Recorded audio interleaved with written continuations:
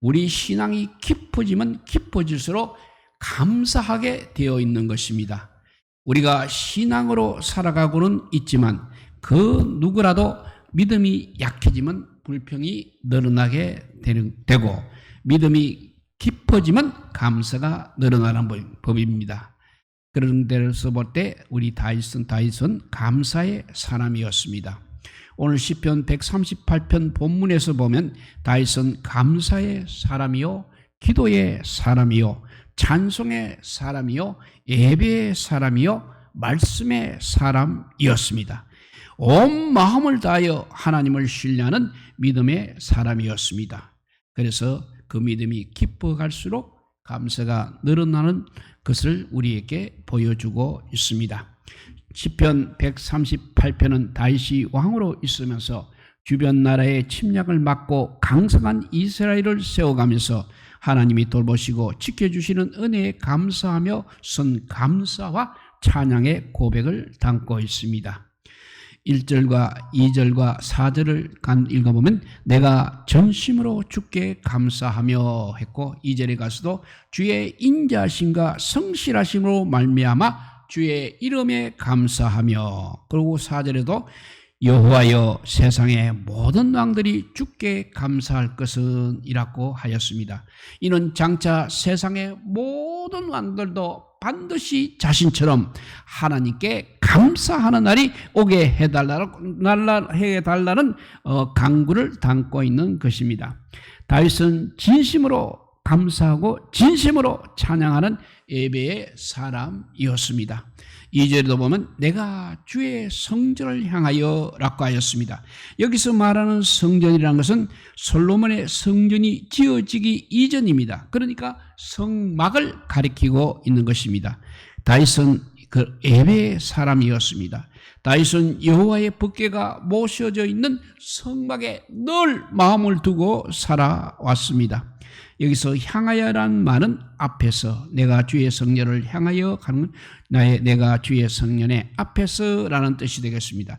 다윗은 이 성전 앞에서, 하나님의 임재 앞에서 주님께 감사하는 기도를 드리고 감사하는 찬양을 올려드리며 살아가기를 정말로 좋아했던 예배의 사람이었습니다.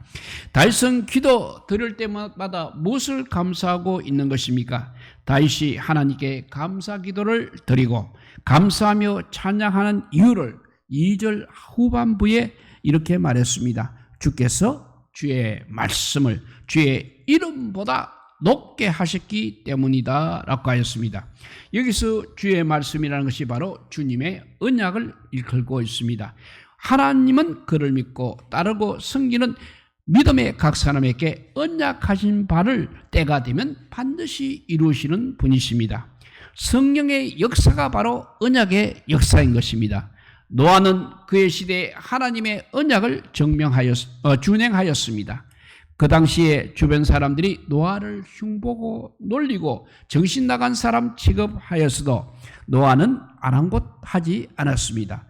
노아의 생애는 그 시대를 향하신 하나님의 언약의 말씀을 따라서 준행하는 삶을 살아가고자 하였습니다. 노아와 그를 포함한 8명의 식구들은 방주에 들어가는 은혜를 입었던 것입니다. 홍수 심판으로 온 인류가 멸망할 때 하나님께서는 노아와 그의 가족의 생명을 이렇게 방주 안에서 보존하셨습니다. 또 아브라함의 나중 생애는 그와 그의 후손을 향하신 하나님 언약 안에서의 삶이었습니다. 아브라함은 75세에 하나님의 부르심을 받았습니다. 그리고 언약 안에서 100년을 더 살았습니다. 아브라함은 175세에 하나님 앞으로 돌아가기까지 그의 생의 우여곡절 속에서 그를 향하신 하나님의 언약을 성취해가는 인생으로 점점 다듬어져 갔던 것입니다. 그 시작이 바로 그의 나이 100세에 낳은 아들 이삭의 탄생이었습니다. 오늘 본문 4절을 보게 되면 다윗 역시 자신이 믿고 따르는 주님의 말씀이 열방의 모든 왕들에게도 들려지고 깨달아지고 믿어지는 날이 오기를 소원하고 있는 것입니다. 다윗의 시대나 오늘날이나 다 마찬가지입니다. 신앙생활이라고 하는 것은 우리 각 사람을 향하신 주님의 말씀, 즉 주님의 언약의 말씀을 언약의 말씀의 성취를 믿고 따르며 살아가는 삶이 바로 신앙생활인 것입니다. 이렇게 신앙생활이라는 것은 우리 각 사람을 향하신 하나님의 언약의 말씀을 깨달아가는 여정이라고 할 수 있습니다. 하나님은 하나님의 자녀인 우리 각 사람이 이 험한 세상에서 그래도 빛의 자녀의 사명을 넉넉히 감당하며 살아가기를 원하고 계십니다. 정상적인 부모라면 이 세상에 태어나서 자라나는 자기의 자녀들이 주 안에서 강건하며 잘되고 복된 인생으로 성장하고 살아가기를 원하지 않겠습니까? 창세기 49장에 나오는 아들 요셉을 향한 아버지 야곱의 축복처럼 셈 곁에 무성한 가지가 되고 그 가지가 담을 넘는 축복을 받기를 원하지 않겠습니까? 위로 하늘의 복과 아래로 깊은 샘의 복과 젖먹이는 복과 태의 복이 임하기를 원하지 않겠습니까?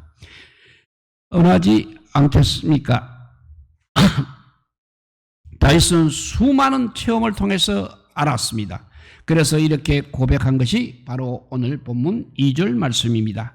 주께서 주의 말씀을 주의 모든 이름보다 높게 하셨음이라 했습니다.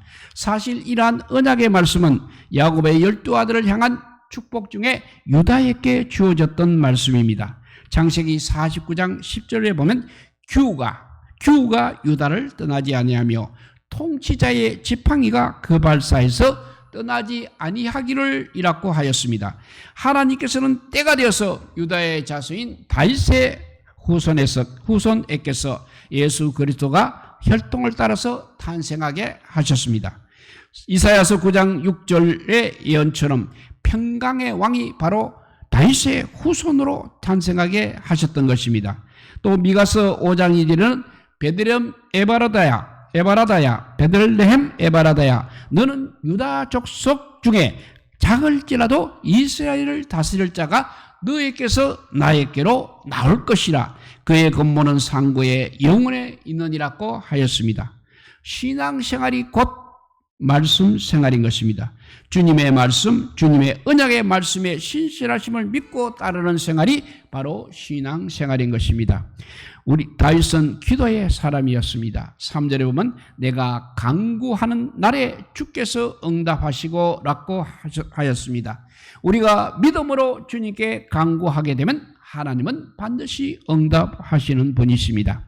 아기를 키우는 부모는 어린아기에게 모든 관심을 기울이고 있습니다. 아기의 모든 필요를 해결해 주려고 하는 것입니다. 아기의 울음소리와 일거수일투족에서 눈을 떼지 않으려고 하는 것입니다. 왜냐하면 그 아이를 사랑하기 때문입니다. 우리 하나님께서는 하나님의 사랑을 받는 인생들이 하나님 안에서 하나님의 은혜와 축복을 많이 누리기를 원하고 계십니다. 어느 날 하나님께서 모세에게 이렇게 말씀하셨습니다. 너의 형 아론과 그의 아들들에게 이러한 내용으로 이스라엘 자손을 축복하라고 하셨습니다. 그 말씀이 바로 구약의 축복 기도인 민수기 6장 24절입니다. 여호와는 너에게 복을 주시고 너를 지키시기를 원하며 여호와는 그의 얼굴을 너에게 비추사 은혜 베푸시기를 원하며 여호와는 그 얼굴을 너에게로 향하여 드사 평강 주시기를 원하노라고 했습니다. 날마다 순간마다 이와 같은 축복하는 기도가 계속되는 가정과 범사가 되기를 소망합니다. 다윗은 기도할 때마다 그의 영혼에 힘을 주시며 그를 강하게 해 주시는 하나님의 도우심을 체험하고는 하였습니다. 3절 말씀에 바로 그런 간증의 고백이 담겨 있습니다. 하나님께서는 하나님의 사랑을 입은 성도의 영혼에 힘을 주시며 각 사람을 강하게 해 주십니다. 우리가 기도하며 찬송하고 예배를 드리며 늘 하나님을 묵상하며 살아가다가 보면 순간순간마다 우리 하나님께서 우리 영혼에 공급해 주시는 힘과 도심과 은혜를 깨닫게 되는 것입니다. 다윗은 바로 그의 영혼의 힘을 공급하시는 그 하나님의 은혜를 수없이 체험했던 그야말로 믿음의 사람이었습니다. 시편 18편 1절 말씀입니다. 나의 힘이신 여호와여 내가 주를 사랑하나이다 라고 했고, 시편 18편 32절에도 하나님이 힘으로 나에게 띠띠우며 나의 길을 완전하게 하신다고 했습니다. 그리고 시편 28편 7절에도 여호와는 나의 힘과 나의 방패이시다 라고 했습니다. 우리가 육체의 근력을 키우기 위해서 운동을 하고 있습니다. 걷기도 하고 뛰기도 합니다. 헬스도 하고 필라테스도 하고 있습니다. 근육 운동도 일정하게 꾸준히 계속하여야 하는 것처럼 우리가 영혼의 힘을 얻기 위해서는 계속하여 기도의 힘을 얻어야 하는 것입니다. 수술을 마치고 나면 폐활량을 늘리도록 호흡을 듣는 의료기구를 제공을 받게 됩니다. 그러니까 우리 인간은 호흡이 기본인 것입니다. 호흡이 잘 되어야 하는 것입니다. 사람의 탄생이 바로 호흡으로부터였습니다. 사람이 이 세상을 떠나는 순간 또한 호흡은 멈추게 되는 것입니다. 우리 신앙생활도 마찬가지입니다. 우리가 주님을 믿는 믿음으로 살고 내 힘의 힘을 얻는 길은 내 영혼의 힘을 공급해 주시는 우리 하나님께 기도하는 것입니다. 기도가 곧 영혼의 호흡인 것입니다. 명상을 강조하고 명상을 건강의 기본으로 여기고 강조하는 사람들은 깊은 호흡을 강조하는 것을 우리가 보게 됩니다. 깊은 들숨과 깊은 날숨이 중요하듯이 영혼의 힘을 얻기 위해서는 진실한 기도 생활을 계속하여야 하는 것입니다. 그래서 바로 지금이 기도해야 할 때인 것입니다. 그 말씀이 고린도후서 6장 2절 말씀입니다. 보라, 지금은 은혜 받을 만한 때요. 보라, 지금은 구원의 날이로다 라고 했습니다. 다윗이 바로 기도의 사람이었습니다. 다윗은 기도할 때마다 그의 영혼에 힘을 주시고 그를 강하게 하시는 하나님의 은혜를 늘 체험하고는 하였습니다. 예수님께서는 그 분주한 일과 중에서도 틈틈이 기도를 하셨습니다. 홀로 계신 시간의 대부분을 기도하는 데 집중하셨습니다. 그 예를 몇 가지 들면 마가복음 1장 35절 말씀입니다. 새벽 아직도 밝기 전에 예수께서 일어나 나가 한적한 곳으로 가사 거기서 기도하시더니 라고 하였습니다. 우리 예수님은 날마다 그리고 새벽마다 이렇게 기도하셨습니다. 마태복음 14장 23절 말씀입니다. 무리를 보내신 뒤에 기도하러 따로 산에 올라가시니라. 저물매 거기 혼자 계시더니라는 말씀이 있습니다. 예수님께서 틈틈이 기도 생활을 계속하고 계신 것을 알 수 있는 장면이 되겠습니다. 마태복음 21장 13절에도 내 집은 기도하는 집이라고 강조하셨습니다.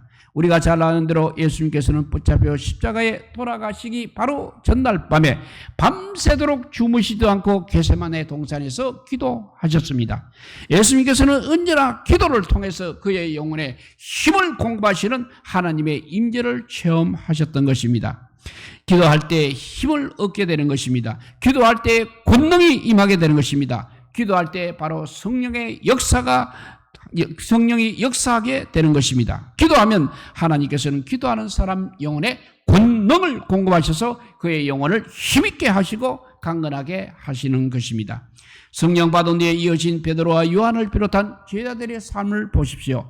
끊임없는 기도 생활을 통해서 성령의 임재와 새로운 기적을 체험하고는 하였습니다.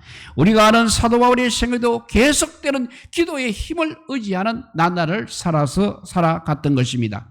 기도는 선택이 아니라 기도는 의무요, 기도는 사명인 것입니다. 아무리 바빠도 먹고 살아야 하는 것처럼 기도는 계속 되어야 하는 것입니다. 그러므로 사도 바울은 데살로니가전서 5장 16절에서 18절 말씀, 항상 기뻐하라, 쉬지 말고 기도하라, 범사에 감사하라, 이것이 그리스도 예수 안에서 너희를 향하신 하나님의 뜻이니라고 하였습니다. 기도하면 반드시 기적이 일어나는 것입니다. 기도해야 주님의 역사가 있는 것입니다. 기도해야 주님께서 기뻐하시는 것입니다. 기도해야 주의 힘이 우리에게 임하게 되는 것입니다. 그래서 에레미야 33장 3절 말씀, 너는 나에게 부르짖으라. 내가 너에게 응답하겠고 너가 알지 못하는 크고 비밀한 일을 너에게 보이리라 하셨습니다. 다윗은 한마디로 기도의 사람이었습니다. 1절에도 내가 전심으로 주께 감사하며 라는 말씀은 바로 전심으로 주님께 감사하며 기도하는 말씀인 것입니다. 다윗은 평생 고난을 많이 겪으며 살아왔습니다. 다윗은 청소년기 때인 10대 시절부터 처음 왕이 된 청년기를 보내고 30살에 왕이 되기까지 남다른 고난과 역경을 극복해야만 했습니다. 왕이 된 후에도 마찬가지였습니다. 브레셋을 비롯한 주변 국가의 침공으로 평안한 날이 별로 없었습니다. 그런 어려움과 시련의 날들을 뒤로하고 하나님께서는 그때마다 큰 은혜를 부어주셨습니다. 오늘 본문 시편 38편에도 그런 감사의 고백이 담겨 있습니다. 내가 환난 중에 다닐지라도 주께서 나를 살아나게 하셨다. 주의 손을 펴서 내 원수들의 분노를 막아주셨다. 주의 오른손이 나를 구원하여 주셨다는 고백을 하고 있는 것입니다. 본문에는 하시리로다라는 미래형으로 되어 있지만 사실은 다윗은 그동안 지내오면서 그때마다 하나님께서 절대절명의 위기의 순간에 그를 건져주시고 보호해주시고 지켜주신 수많은 체험을 하며 지내왔습니다. 그래서 그런 믿음과 기대를 가지고 이런 기도를 계속하고 있는 것입니다. 우리는 시편 23편 4절에 있는 다윗의 유명한 고백을 너무나 잘 알고 있습니다. 내가 사망의 엄침한 골짜기로 다닐지라도 해를 두려워하지 않을 것은 주께서 나와 함께 하심이라. 주의 지팡이와 막대기가 나를 안위하시다는 고백인 것입니다. 그야말로 다윗은 외우 내환 가운데 살았던 하나님의 사람이었습니다. 그런 왕이 되기 이전에도 그랬고 왕이 된 이후에도 그랬습니다. 그에게는 언제나 바람잘 날이 없었던 것입니다. 평안한 날보다는 불안하고 뒤숭숭한 날들이 훨씬 많았습니다. 전쟁이 끊임없이 일어났습니다. 다윗을 시기하고 모함하고 대적하는 세력들이 나라 안팎에 항상 들끓었습니다. 그를 경쟁자로 여기는 정적들이 여기저기서 지뢰처럼 도사리고 있었습니다. 심지어는 그의 아들 압살롬이 아버지의 왕권을 찬탈하려고 모반하는 일까지 겪어야 했던 것입니다. 그러나 다윗은 그런 고난과 역경과 환난과 도전과 충격과 고통과 슬픔과 억울함과 비통함을 굳굳이 딛고 일어났습니다. 오늘 본문 7절을 기억 한글성경에서는 내가 환난 중에 다닐지라도 주께서 나를 소성케 하시고 라고 하였습니다. 이 세 번역 성경에 보면 이렇게 되어 있습니다. 내가 고난의 길 한복판을 걷는다고 하여도 주님께서 나에게 셈을 주신다고 하였습니다. 다윗에게는 분명한 이런 믿음이 있었던 것입니다. 7절과 8절에 담긴 다윗의 고백처럼 다윗은 하나님께서 주의 오른손으로 그를 구원하실 것이며 보상해 주시고 영원히 버리지 않으실 것이라는 믿음과 확신을 가지고 살았습니다. 다윗은 그래서 기도의 사람이요 분명한 믿음의 사람이었습니다. 요즘 우리는 어떻게 하고 있습니까? 뭔가 답답하지 않습니까? 뭔가 막막하지 않습니까?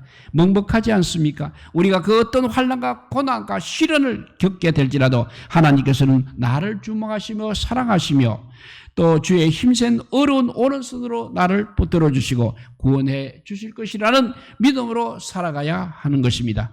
사도 바울은 그래서 고린도후서 4장 8절과 10절에서 이렇게 선언하고 있습니다. 우리가 사방으로 우겨 쌓임을 당하여도 쌓이지 아니하며 답답한 일을 당해도 낙심하지 아니하며 박해를 받아도 버림받지 아니하고 거꾸로 뜨림을 당하여도 망하지 아니하고 우리가 항상 예수 그리스도의 죽음을 몸에 짊어지면 예수의 생명이 또한 우리 몸에 나타나게 하려 함이라고 하였습니다. 우리 믿음의 형제자매들은 이 세상에서 그 어떤 형편에 처하고 그 무슨 일을 당할지라도 주님께서 이겨내게 하시고 최후 승리를 얻게 하실 것입니다. 그래서 우리 예수님께서도 요한 6장 33절에 분명하게 이렇게 약속하셨습니다. 세상에서 너희가 환난을 당하나 담대하라 내가 세상을 이겼느니라 하셨습니다. 예수님을 만나니 38년 된 병자가 자리를 들고 일어나 걷게 되었습니다. 예수님을 만나니 나면서부터 앞을 보지도 못하던 이가 눈을 뜨게 되었습니다. 예수님을 만나 예수님의 옷자락을 만지니 12의 연루병이 깨끗해졌습니다. 예수님을 찾아가니 예수님께서 죽은 나사로를 다시 살려내셨습니다. 예수님 안에서 살아가니 부활과 영생의 은총을 누리며 살게 해 주셨습니다. 이 신앙생활이 무엇입니까? 난 평생 주여 주여 하며 살았어도 되는 일이 없다. 그런 소리를 하시면 안 된다는 것입니다. 우리가 잘 아는 송경민 씨의 찬양 은혜의 가사를 소개합니다. 잘 아시는 가사입니다. 내가 누려왔던 모든 것들이, 내가 지나왔던 모든 순간이, 내가 걸어왔던 모든 순간이 당연한 것 아니라 은혜여서 내가 이 땅에 태어나 사는 것, 어린 시절과 지금까지 숨을 쉬며 살며 꿈을 꾸는 삶, 당연한 것이 아니라 은혜여서 모든 것이 은혜, 은혜, 은혜, 한없는 은혜. 내 삶에 당연한 건 하나도 없었던 것을 모든 것이 은혜, 은혜여서라고 노래하고 있는 것입니다. 지금 다윗은 하나님의 은혜를 생각하고 기억하며 주님께 감사 기도를 드리고 있는 것입니다. 감사 찬송을 부르고 있는 것입니다. 5절의 내용처럼 여호와의 크신 영광을 노래하고 있는 것입니다. 하나님은 높이 계셔도 낮은 자를 굽어 살피시고 멀리서도 교만한 자를 아시고 계십니다.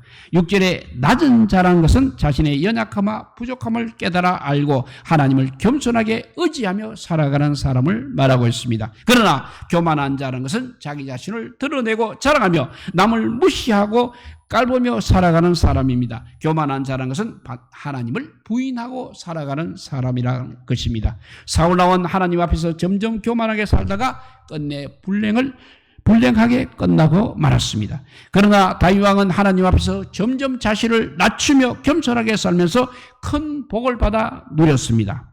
하나님께서는 인간의 마음과 생각과 행위를 감찰하고 계십니다. 그 누구라도 하나님 앞에서 불순종하고 어리석고 교만하게 살아가면 화와 불행과 심판을 자초하게 되는 것입니다. 그러나 하나님 앞에서 겸손하고 겸비하고 또 순종하며 살아가면 하나님께서 그 인생을 존귀하게 그 인생께 복을 주시고 점점 존귀하게 하시는 것입니다. 사울 왕이나 솔로몬 왕의 시작과 나중을 보십시오. 그러나 다윗 왕은 달랐습니다. 시작이 중요하지만 과정과 나중이 더 중요한 것입니다. 다윗은 점점 주 안에서 겸손한 삶을 살아가고자 하였습니다. 다윗의 소원은 사도 말씀 그대로 이방의 왕들이라도 세상의 모든 왕들이 주께 감사하며 주의 말씀을 듣는 날이 오기를 고대하였습니다.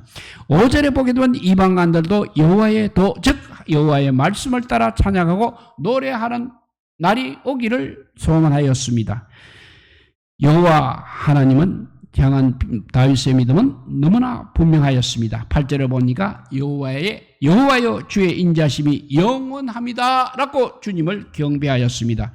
다윗처럼 나를 주의 오른손으로 붙들어 구원하시고 나를 위하여 보상해 주시는 주님을 굳게 믿고 섬기며 살아가는 우리 모두가 되시기 바랍니다. 다윗처럼 감사함으로 기도하며 찬송하며 예배하며 살아가는 중에 날마다 순간마다 주님의 언약의 말씀에서 간증이 넘쳐가는 주인공으로 살아갈 수 있기를 우리 주님의 이름으로 축복드립니다.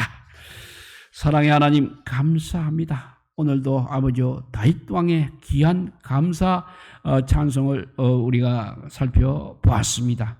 우리가 비록 다윗 왕처럼 그런 어려움을 당하지 않는다 할지라도 늘 다윗 왕처럼 겸손해지는 저희들 되게 하여 주시고 하나님 앞에서 낮아지는 저희들 되게 하여 주시고 하나님을 찬양하며 살아가는 저희들 되게 하여 주시고 감사를 끊이지 않는 저희들 되게 하여 주시옵소서. 그래서 날로 아버지여 우리는 남자짓더라도 하나님은 우리를 높여주고 존귀하게 해주신다고 말씀하셨습니다. 마지막 날 우리가 주님 앞에 섰을 때 주님의 아버지여 주님께서 우리에게 착하고 충성된 종이라는 그 아버지여 귀한 면류관 받는 우리 모두가 되게 하여 주시기를 간절히 빌고 원하오며 우리 구주 예수 그리스도 이름으로 기도드리옵나이다. 아멘. 찬송가 430자입니다.